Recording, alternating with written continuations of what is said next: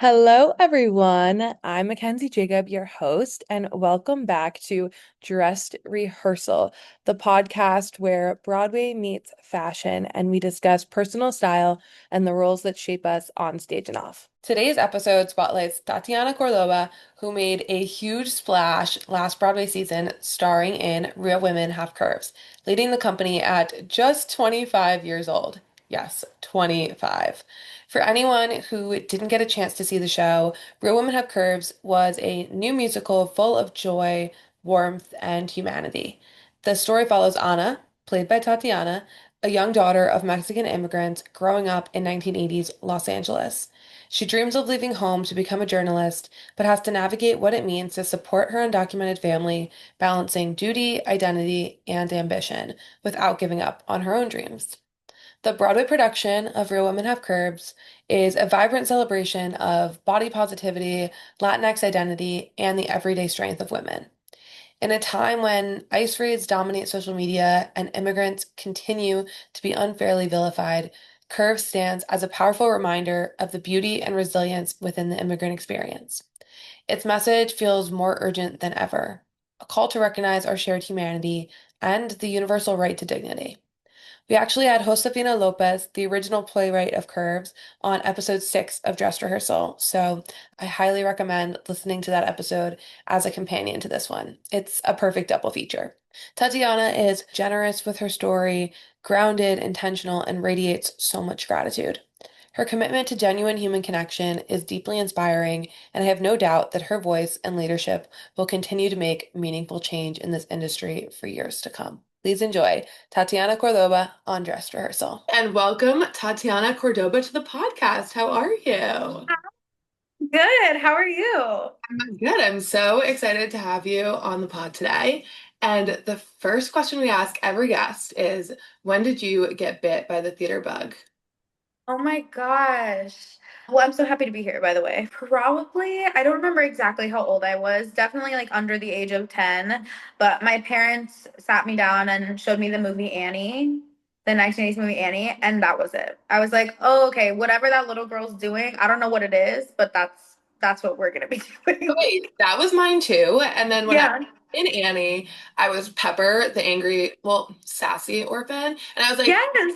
I was like, this is everything. Like I'm getting to be a diva, and I'm 8, and I'm like, this is what it's supposed to be. Oh my gosh, yes. And I feel like people of our generation love Annie because it's you see someone your age on stage. Yeah, and my mom was a dancer and my dad is a singer. So I was already doing both of those things separately. Yeah. And then I saw Annie and I was like, oh, I can do them all together. Yeah. You're like ding ding ding ding ding. And Yeah, yeah. so, since they both came from the arts, did they want you to be an artist? Because I know sometimes that's like a complicated relationship for parents. Yeah, you know what? My parents were really good about they put all of their kids in everything and then whatever stuck, like and whatever we felt passionate about, they were like, great. My dad has always been like something he's always said is like, I don't care what you do, just whatever it is that you decide to do, you have to go like 150%. So, and with anything, like my brothers are not artsy. One of them actually randomly, like a year and a half ago, was like, I want to play the guitar. And I guess like something, the artsy blood came Yeah. out because now he's like amazing at the guitar and taught himself like out of nowhere. But they've been like baseball players their whole life. They're actually in school to be firemen right now. They're twins. It's really cute. They're going to be like twin firemen. I'm obsessed with it. Wait, the matching outfits going all the way to their career. That's how. I know, all the way through. But yeah, my parents have never cared like what I was really grateful because I had a lot of friends that had like full on dance moms. And like my mom's a dance mom, right? She's not on like my little Kendall status. You know what I mean? Right. Like she's like, this is technique, but not Yeah. this is what you're gonna do. Like this is what we're gonna wear, and we want you to be the lead of every dance. Yeah. My mom is like a Holly, Oh, like wait, of the the dance mom. best. And Like, Mia's coming out with a new book, and I'm like, yeah, stand in your power, girl. Rewrite this narrative. Like, yeah, we need it. literally. But yeah, I was lucky. I didn't have any of that weird, like, and because the music my dad does is more like recording studio, like that world. Mhm. he didn't know enough about the theater world for us to like clash in that way too. Because I think like there have been times where I've been in the recording studio with him and we're like fully butting heads. So Interesting. at least doing theater, like it's a different world from those two worlds too. Curious, like, since you were growing up in California, how you knew that Broadway was going to be the dream as opposed to like TV, film, California, Hollywood. Yeah, I guess I mean like I grew up like watching Disney Channel, right? So like that was like a dream for a little bit. Like I mean it was all of our dream. Like who Right. didn't want to be like Hannah in Montana. Wizards of Waverly Place or Hannah Montana? Yeah. But I just always like I mean again Annie, like I was like that like something about like the singing and the dancing like on that level was so cool to me. And neither of my parents grew up as like musical theater people, but my dad loves Phantom of the Opera. Like loves. I think he was an 80s kid, so something Yeah. about like the 80s like synth like and obviously the movie Phantom of the Opera came out in the early 2000s, and so he took me to see Phantom of the Opera every time it toured in San Francisco. And I was like, "Oh my gosh, that like that is so incredible." And it was yeah, it was always Broadway. I don't actually even know how I even got to that thought process, but it was always New York. Like my parents knew that from when I was young. So when I graduated high school and was like, I'm moving across the country, they were like, great, we knew that you. No, my parents were the same way. We moved out of the house I grew up in like 5 or 6 years ago, and I found a drawing from when I was 7 of what my New York City apartment would look like. And I'm like, there's something inside of you. Like, granted, my family was from up here, but like, and something funny I've heard you say in past interviews is that growing up, musical theater felt like a white people sport. And Mhm. I'm sure Boston Conservatory was no different. And I'm curious for you, like, the irony of then making your Broadway debut in a cast full of people of color and like how validating that was for your inner child. Yeah. Oh my God. That, yeah, it was. I mean, I had, thought of what my Broadway debut would look like forever, but never knew what I never thought I was going to originate a role for my first Yeah, you thing went on big Broadway. really fast. Like, I never thought I was gonna lead a Broadway show Right. for my first Broadway show. Like, none of that ever crossed my mind. I was like, I'm gonna be townsperson number two, and Yeah. then number one, and then I'm gonna be like, I was Third like, straight from the right.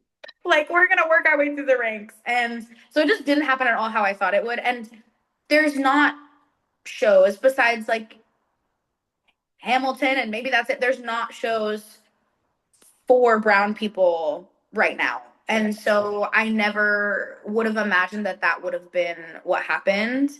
And I'm so grateful that that's how it did happen. I mean, yeah, like healing my inner child to the 100th degree, like to get to be in a show that's not just like happens to have brown people in it, but is fully about being immigrants and proudly being Latino and proudly being women and bigger like it was like everything I'd ever been insecure about. I was like, oh, I'm gonna go show it off professionally. Like it was Right. such a cool thing. And I think and I definitely wasn't the only one that felt that way. I mean, it was mostly Broadway debuts in that show.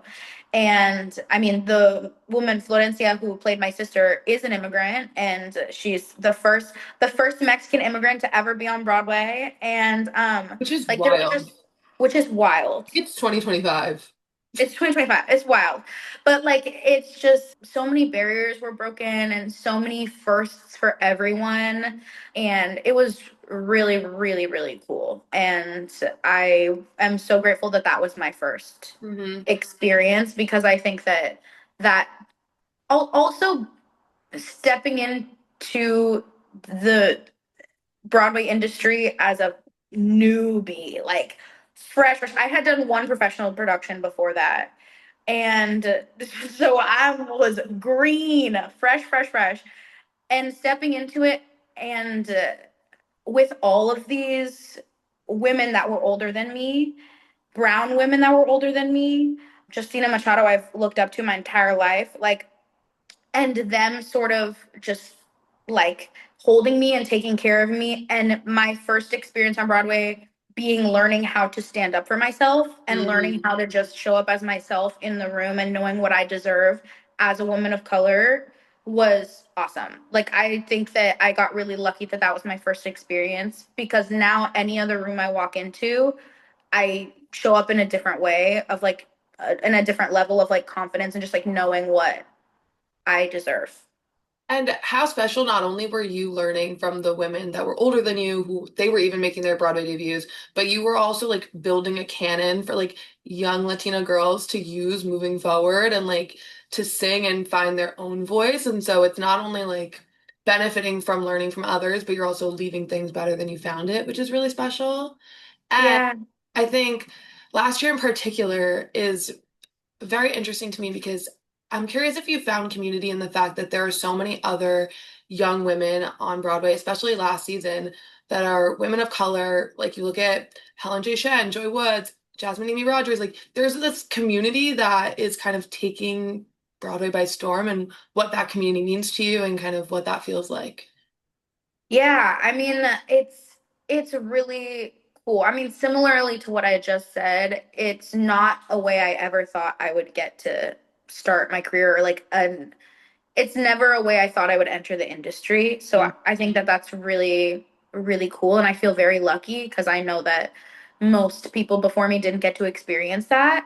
But especially like during award season and like during the height of, during Tony season, all this stuff, like getting to see those friendly faces, getting to see Jasmine and Helen and Joy at all of these things Yeah. was so refreshing and so awesome. And like, we are rooting for each other so hard. Like that's something that going to a conservatory program in college, the idea of camaraderie was Yeah. just like thrown out the window.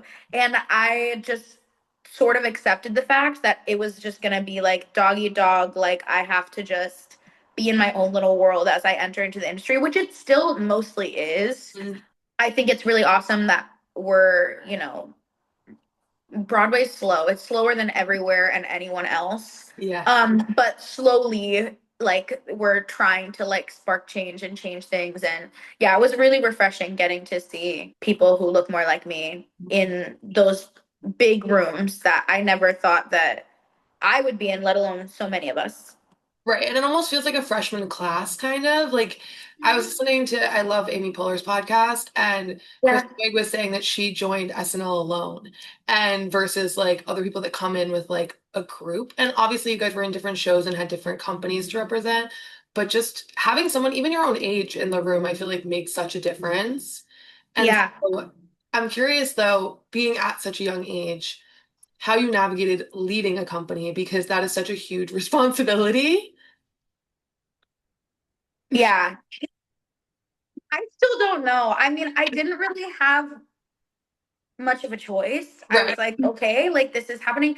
And um the most of the principal cast Mhm. had already done it at ART Right.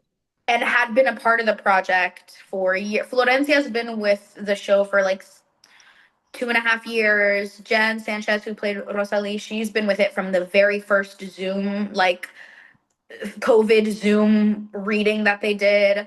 So they like have had built this thing that was really beautiful and really awesome. And I was sort of the last addition to it all. And Mhm. so I sort of felt like, okay, I just have to fully dive in head first and at least like fake it till I make it. I don't know, because I just didn't want to let them down. Like I had known that they had just built this community, this sisterhood, and just like built these characters from the ground up. And I was stepping into, for me, something new. So I just felt this responsibility to like just give it everything I got. And I just had to sort of trust that they chose me for some reason. Mhm. What that reason was, I didn't know. That's the only It thing was, you can ever come back to is like, there's no other reason that I'm here other than I'm supposed to be. yeah, and I mean, the process of a new show is so hard and so fast and so like it's so overwhelming. I didn't really think for the the entire time that the show was happening. Right. I think that right before we closed was when I finally got to think a little bit. That's how it goes. You got your ceiling Um, the moment that the show was closing. yeah, I really didn't get to stop and think until like towards the end. So yeah, I think I just had to, it was just like getting on the bullet train and just like letting it throw you everywhere. But it's such a unique thing too to like it's almost like joining a new high school, but everyone else already knows each other. Like for you to Yeah. then step into their dynamic is very intimidating, I'm sure, especially as someone who like you're barely off of the stage, like you already have a heavy lift as it is. Yeah. And so the fact that it was just thrown into the fire, you were given like the biggest crash course ever, and you came out of it alive and so much stronger for it, which is such a magical thing. Yeah, and I feel really lucky that it was really intimidating, especially meeting all of the women for the first time, the principal cast of women, because also they've known each other for years, they've developed these characters for years, and they were so good at what they Mm. do. And but they even like first day totally embraced me and totally brought me in. And that honestly is what helped me. Once I felt like that, I really felt like I could breathe and I was like, okay, we got this because Mm. we really all had each other's backs like so much during that whole process. And the show itself is so much about like intergenerational love between women. I feel like that is the core of what the message is. And so I'm curious for you what the experience was having the important women in your life come see this show. Yeah, my mom obviously came to see it, and then both my grandmothers got to see it, which was really cool. And I remember my one of my grandmothers came like a little bit after Mother's Day. Mhm. And the Mother's Day show was really emotional for all of us, which Oh, I'm like sure. duh. I mean, it's like a mother-daughter story. Like it's like duh. But I remember the Mother's Day show being really like we just all really felt it. It was so so cool, especially because, my grandmothers like both were single moms and it's so interesting they had such different stories but like the same story at the same time. And both of them, like I saw Justina's character, I saw both of my grandmothers like totally in her in different ways, and it was really really cool. And I'm very grateful, like even though we had a short run, that like my grandparents got to see it, my parents got to see it. So yeah. And isn't that interesting? Like the more specific a character becomes, the more universal it is. Like Yeah. in everybody has like little pieces of their own experience in it, and you can kind of pull from it whatever speaks to you. And Hmm. so now that the show is over and Anna was such a huge part of your identity, I'm curious how you're navigating finding who Tatiana is in the business without Anna, because it's hard. Girl, Yeah. that has been interesting. Mhm. Yeah, I had therapy this morning. Right. It's weird. I mean, you're thrown into this whirlwind of a process, and especially something so new, and not even just in just the way that it's a new show, but like a show that's so loudly brown and about immigrants and about ICE raids and about like like Mhm. something that is really scary to put out there, like it being just a new thing for people to ingest and take in. We put everything into it, and so to be doing that and then it just ends so quickly is really uh Unsettling. unsettling. Yeah, really unsettling, really jarring. And I think I just went to lunch the other day with Florencia and Shelby, who were in the show with me, and we all feel very like we're still kind of like Hmm. from the process. And I don't know, I'm still sort of figuring it out. It's weird because I am now like auditioning more than I ever have and getting so many opportunities I would have never, well, who knows, but Right. that I didn't think I'd be getting this early on in my career and with what was happening at the time. And I feel more confident, but also a lot less confident. Like it's weird. Like I feel confident in the fact that I know I can do it. I've done it. Right. It happened. I led a Broadway show. Like I've proved myself in Mhm. many ways. But then there's also this like weird new pressure of, oh, now that I've done it, I have to like continue to like show up in at a certain level Right. in where like I had worked after graduating. I worked really hard to develop an awesome case of the fuckets. And I was like Mhm. so and it was awesome. Like once you unlock like anybody auditioning, once you unlock the fuckets, you are set. Like Yeah. it is just it's awesome. You don't not that you don't care, but like you can throw it away and if it comes, it comes. And if It's an not, hey, experiment. there's another one next week. Like it'll be fine. And I showed up with so much confidence, like having learned that. And now I give a lot of fucks. now now I care a lot just because I know that I have now I hate this word, but like now I have like a reputation, like, and I have something to boast. People didn't. I people didn't know me before, had no expectation of me, and now I feel like there's a weird insecurity now I didn't have before because I have done it. It's so interesting. It's like the feeling of lightning in a bottle. Like, oh, can I keep chasing this? Like, can I keep doing it? And it's like, yes, I've proven that I can, but now it's the feeling of like, can I sustain like and make this reality moving forward? Yeah. That's just your 20s. I feel like that applies to Yeah. everything and anything. Like, Yeah. anytime you get a big opportunity, it's like, oh, well, this is never going to happen again. It's like that kind of imposter syndrome that Yeah. I feel like I feel like for performers it never goes away. Yeah, I feel that too because I feel like Anna was such a perfect role for me. Like it was a very specific. I mean, every role in that was very specific. I mean, being Latin, being curvy, like her whole like it was a very specific thing that is usually not looked for or asked for. Mm, And so it is a very big fear. Like, oh, maybe that like my first one was the only one I was good for. And not at all in like a talent sense, but just because right.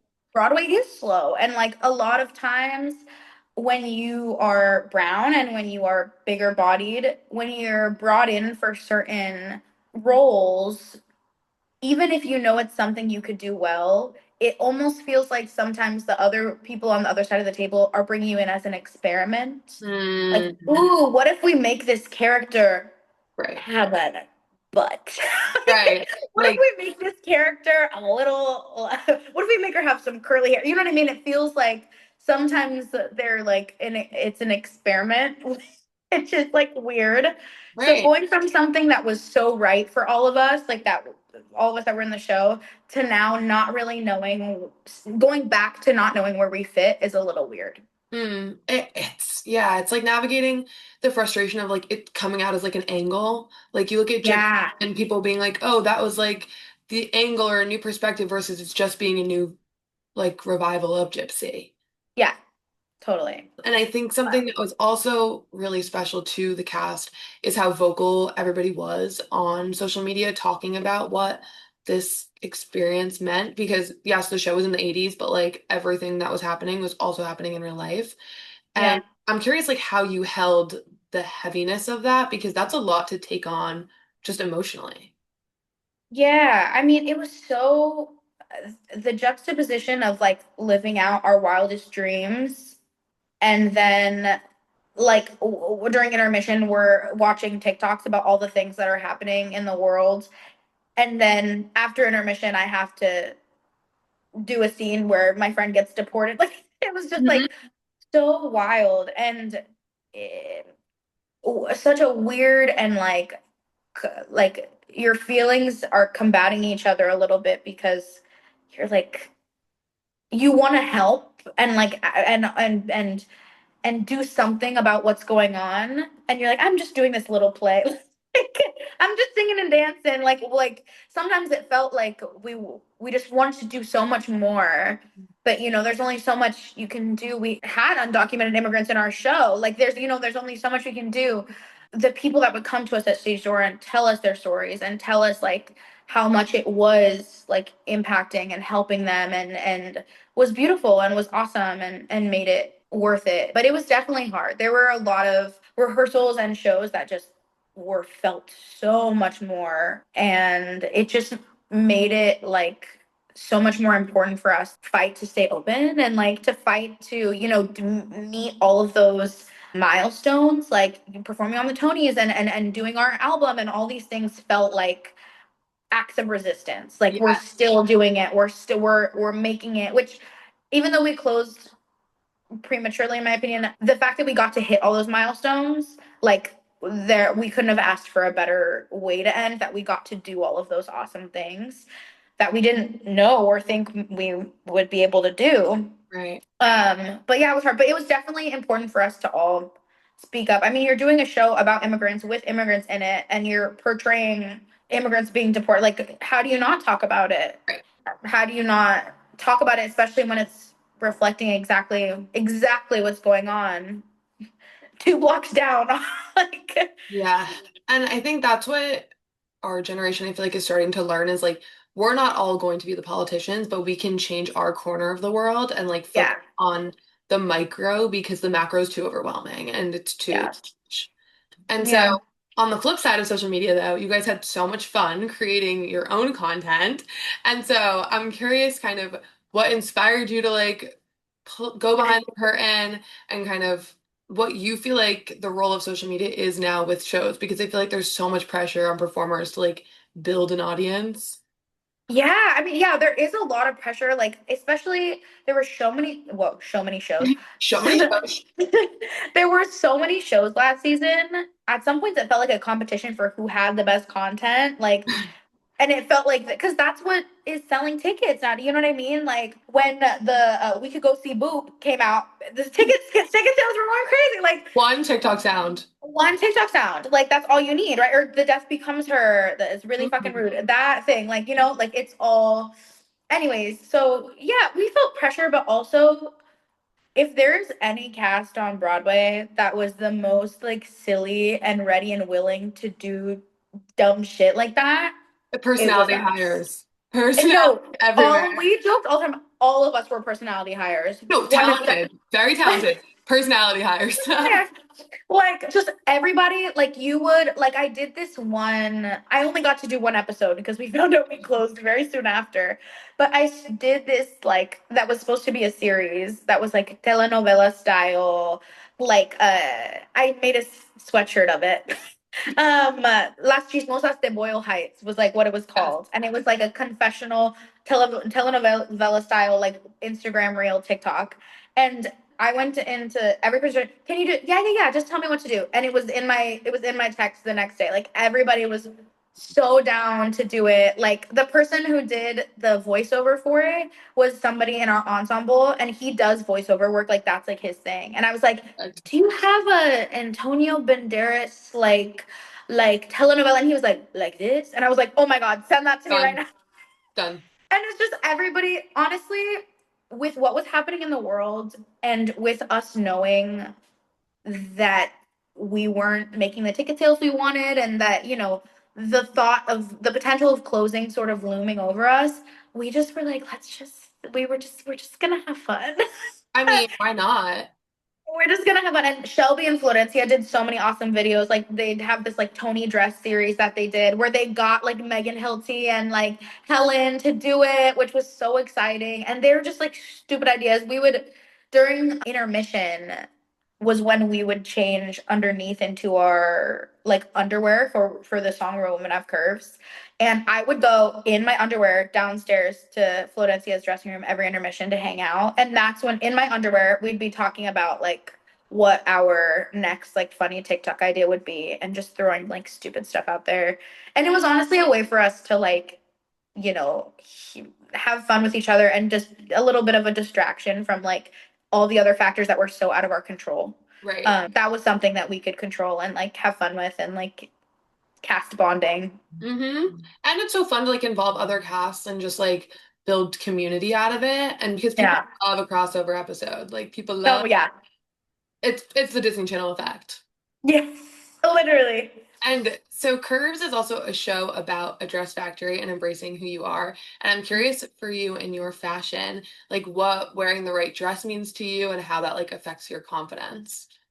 Yeah. I mean, I have always struggled with like For a long time I struggled with fashion, like being bigger bodied. I feel like it's sort of weird to decipher like what do I actually feel good in or what do I feel like doesn't look good on me because of what society standards have set, Mm, or like what do I just feel good in because I just do, like it not concerning anyone else. right.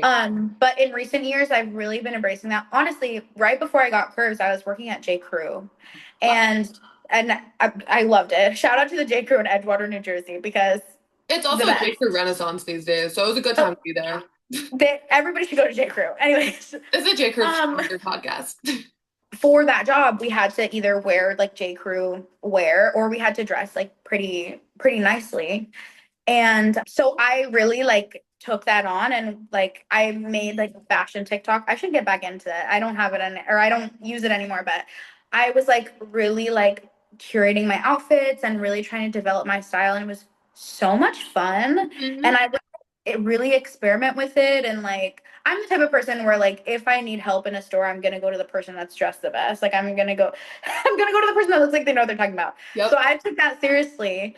And honestly, working there really like just expanded like my style and like my idea of accessorizing and all this stuff and my idea of what I can wear. So that was really empowering and really cool. And people notice it. Like people notice when you feel confident in what you're wearing and confident in yourself. And I was like, oh, like this is kind of cool. And honestly, when I started curves, I was in sweatpants all the time. So that like kind of went away for most of this year, but I'm trying to get back into it right now because it makes you like I mean, my dad is like the most fashionable person I've Okay.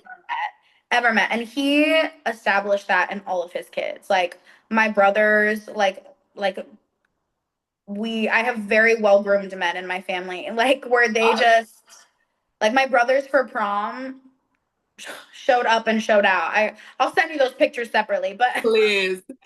so it was always like something my dad taught us is that like if you look like if you start outside in, sometimes that helps your inside more than you think it does. And also like if you look the best in the room, nobody can say anything to you. And I feel like it's the same fucking mentality as auditioning. It's like, Yeah, who cares if this does not match or does not look good? So yeah, what? I tried. If it flops, no one's gonna know.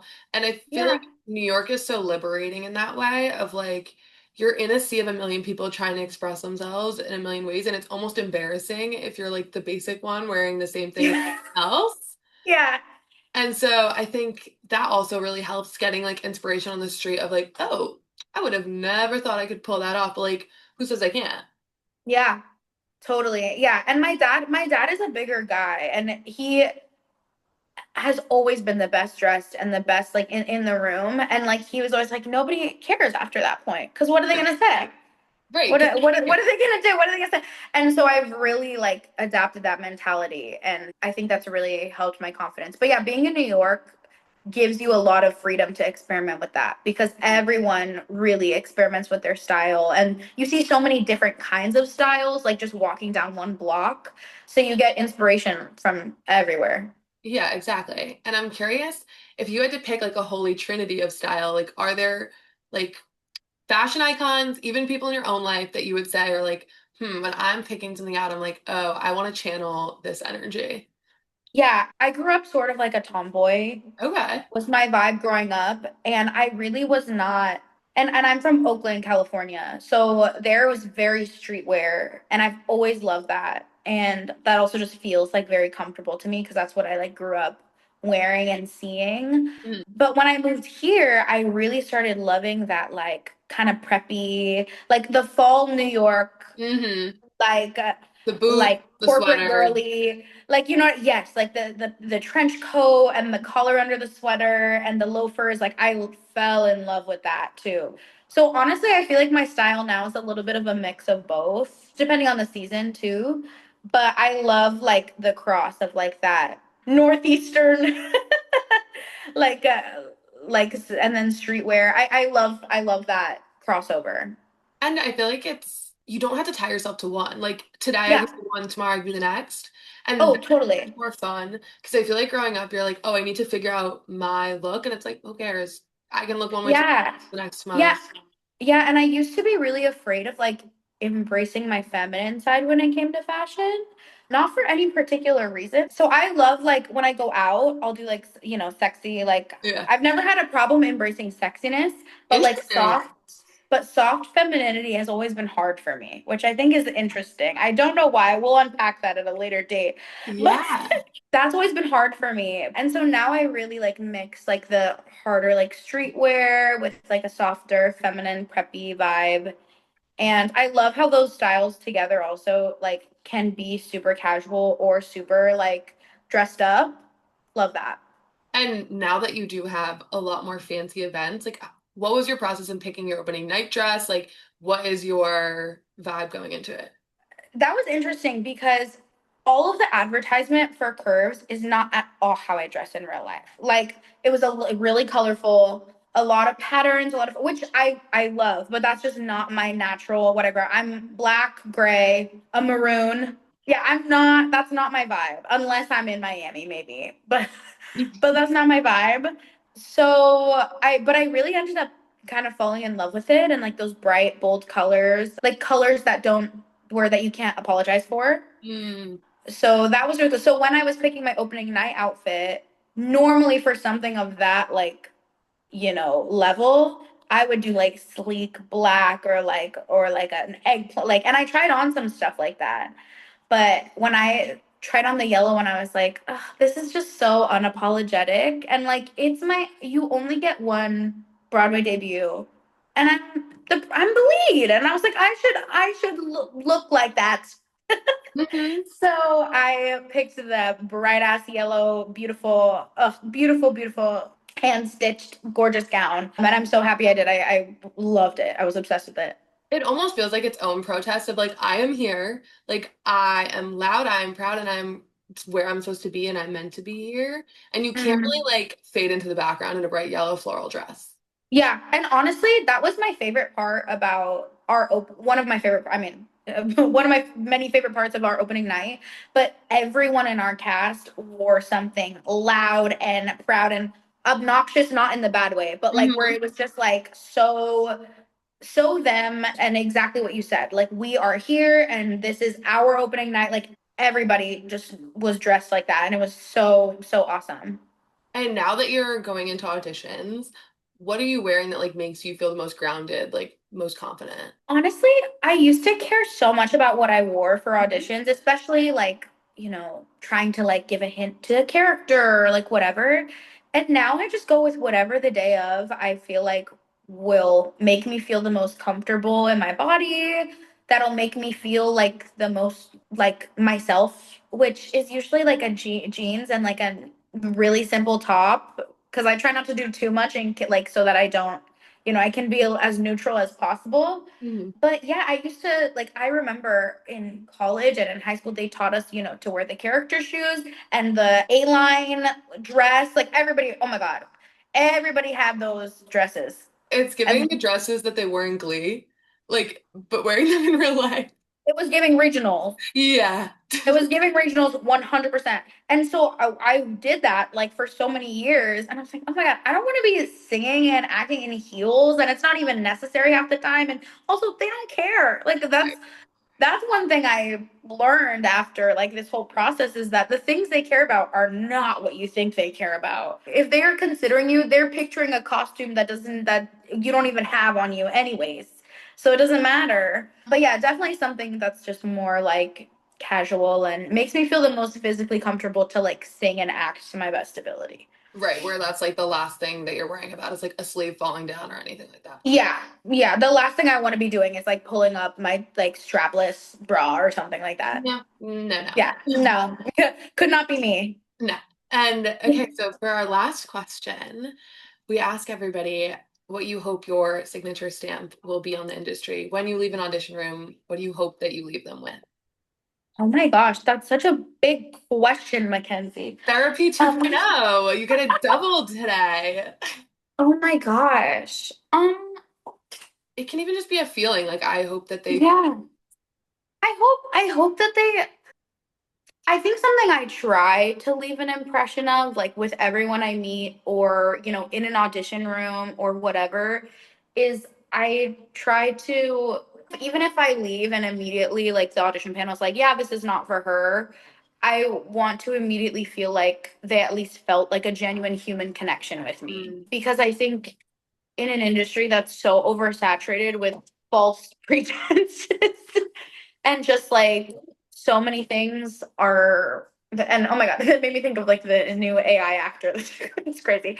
Yeah, insane. I think, and also just like a business that's so fast, and like even like in auditions or when you're meeting people, it's like in passing, or it's a quick hey, or it's like even like I did a cabaret with Jasmine the other week, and we were talking in the dressing room before, and I was like, oh my god, this is the first time we've gotten to like talk to each other that wasn't at an event where it's like, hey, oh my god, how are you, like moving on, and not on purpose. It's just everything is moving so fast, and there's so many people that you are meeting and that you feel like you have to show face for. Even at stage door, like there's so many people, and it could so easily be such a quick thing and you move on.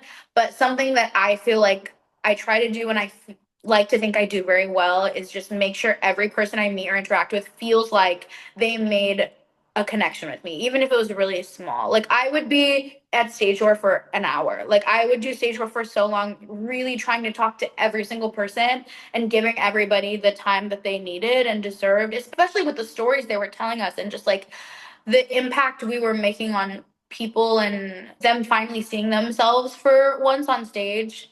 Like you can't just sign and go away. Like at least I felt like I couldn't. And so continuing to cultivate real human connection is something that I hope I leave, because I think that it's something that we're veering towards less and less of that. And I think that it's important for everyone on any side of the table or any side of the stage door barricade or wherever you are, like that always like brings you back to a good place. And I think that that's important. And people always remember how you made them feel. And Yeah. so in a world where it's so transactional and it feels so like, okay, I have to put on this front or like this exaggerated version of myself, like it makes my skin crawl to have small talk at this point. Like there are Yeah. so many big conversations happening in the world, and to be like it feels like such a waste when you could be Yeah. actually getting to the nitty-gritty of like who people are and like what they stand for.